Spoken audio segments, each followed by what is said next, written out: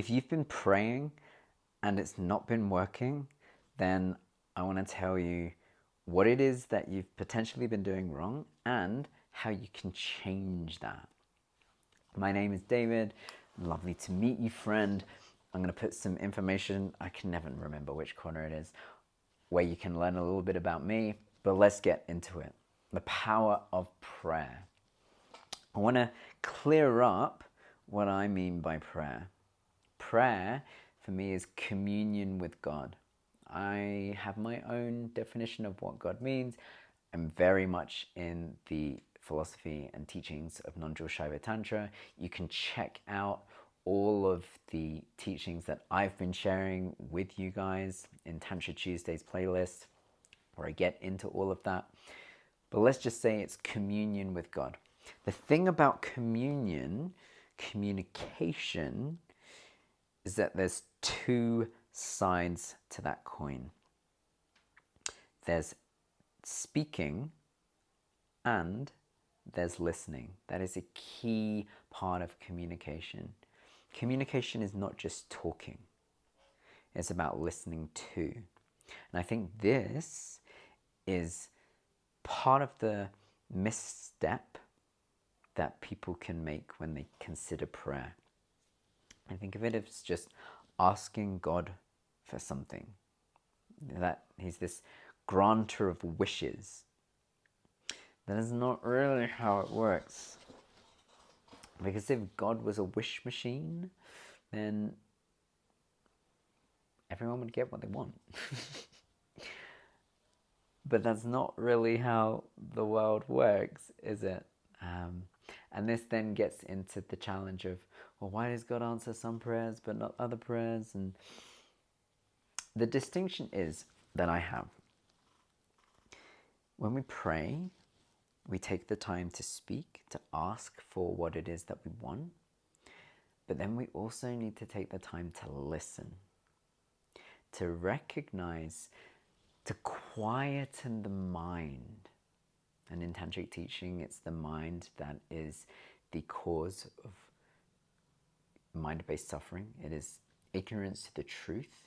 It's believing something that isn't true, that's not in alignment with divine reality. It's believing a fabrication, a false story, a false narrative, a false belief that prevents us from living in joy, from living in contented bliss, that creates the suffering that we experience. So if we can clear out the mind and have clarity, which is what we do in mind yoga, then we can hear what it is that God is saying. And this is, in tantric teachings, returning to essence nature. It's quieting the mind and residing in the heart space to be able to hear what it is that comes through. It's that divine intuition, if you will. It's that urge that comes from somewhere within, not from the mind, not from somewhere external, but the innate desire for divine consciousness to freely express itself joyfully through the individuated expression, the uniqueness that is you. That is the prayer. It's, can I quieten the mind to listen and hear what wants to be expressed? And can I find the ability to get out of my own way and become the version of me that I need to be able to bring that into manifestation? When we pray, it's not about asking God for something, but about asking God to give me the knowledge to take the appropriate action to express the divine will through me so that that can become reality. That's the difference. It's not asking for something external. It's asking for the clarity to disassociate, to step away from, to dissolve from the fabrication of the limited mind long enough to return to the infinite potential of divine consciousness and express that to bring what's desired into existence. That's the prayer. That's the difference. It's not asking God for the fancy car. It's asking and listening for what needs to be done, what action I need to take to be able to become the version of me that can attract and bring that car into my reality. Such an important distinction.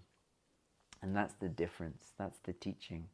That's the wisdom. That's what the tantric teachings are offering. If you're praying and it's not working, one, are you praying for the right thing? Is it something to satisfy the limited desire of the mind, which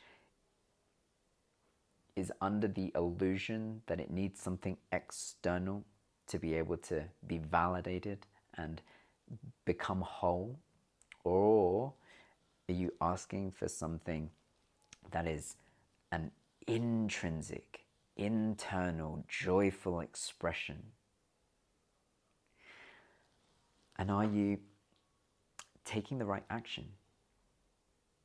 Are you acquiring the necessary knowledge and then taking that knowledge, which is learned, and transmuting it into wisdom, which is embodied, to be able to manifest that desire? If you're not sure how to do that, if there are mental emotional knots that are creating suffering in your life that you want to clear out but don't know how, then this is what I support people with in Mind Yoga, because it is 100% possible to do. Just because you don't know how doesn't mean it's not possible. The fact that other people are doing it, even if they're not fully understanding how, means that it's possible for you. And there is a drive, there is this internal yearning for you to be able to figure that out, which is why you're watching and listening to this video. And I want to support you in that, because you are an expression of the divine. And you're here because divine consciousness wanted to express something uniquely through you. And if we can undo the mental emotional knots, massage them out and smooth them out and clear them out so that thing can be expressed through you, then that is essentially fulfilling your purpose. Fulfilling what it is that God has desired to express through you. And that is a beautiful, beautiful thing. And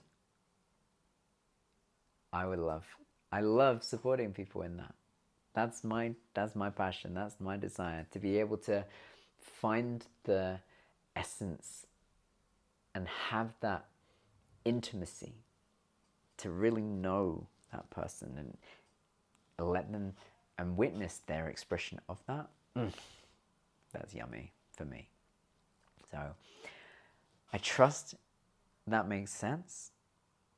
I know that anything that does make sense, you have the ability to let me know what that is. Anything that doesn't make sense, an invitation to let me know what that is so I can clear it up and I can become better at expressing myself in a way that can be received by people who are curious like yourself. And if you want to connect, then big invitation there. Let's clear out those mental emotional knots and bring in joyful expression for you and for the people around you.